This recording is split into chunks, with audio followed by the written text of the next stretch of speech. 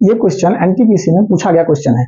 यहाँ दे दिया है ए और बी एक कार्य को 12 दिनों में पूरा कर सकते हैं, बी और सी उसी कार्य को 15 दिनों में, और सी और ए 10 दिनों में पूरा कर सकते हैं। तो एक क्वेश्चन कार्य पूरा करने में कितना समय लगेगा।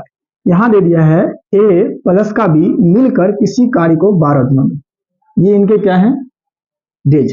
फिर बी और सी मिलकर के उसी कार्य को, जो कार्य को ए और बी किया है उसी कार्य को 15 दिनों में पूरा करते हैं। फिर सी और ए मिलकर उसी कार्य को 10 दिनों में पूरा करते हैं। आप समझिए ये अलग अल्टरनेटिव जो काम कर रहे हैं वो सब एक ही काम को कर रहे हैं ना। यहाँ एक काम को हमने मान लिया, टोटल वर्क हमने मान लिया, इन तीनों का एलसीएम किसके बराबर, तो 60 के बराबर। तो ए प्लस बी का एफिशिएंसी कितने आ जाएंगे, 12 पंजे 60, और बी सी का आ जाएगा 4 और सी ए का आ जाएगा 6।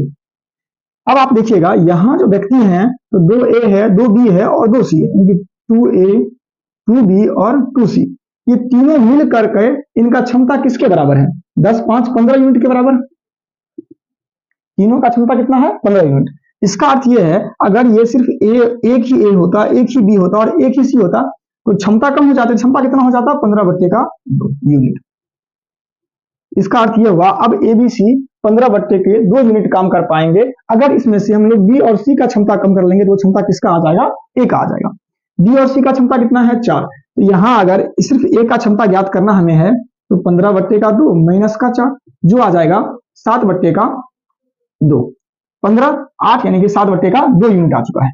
अब अगर हमको ए के द्वारा डेज कितना डे लेगा वो काम को करने में, लेकिन वो काम कितना है, 60 यूनिट काम है ना, तो 60 काम को करेगा 60/7 और ऊपर आ जाएंगे तो 120/7 आ जाएगा, और ये हो जाएंगे 7 × 7 और फिर यहाँ आ जाएगा 5 0 से 7 49 1/7, 17 पूर्णांक 1/7 इस ऑप्शन में है तो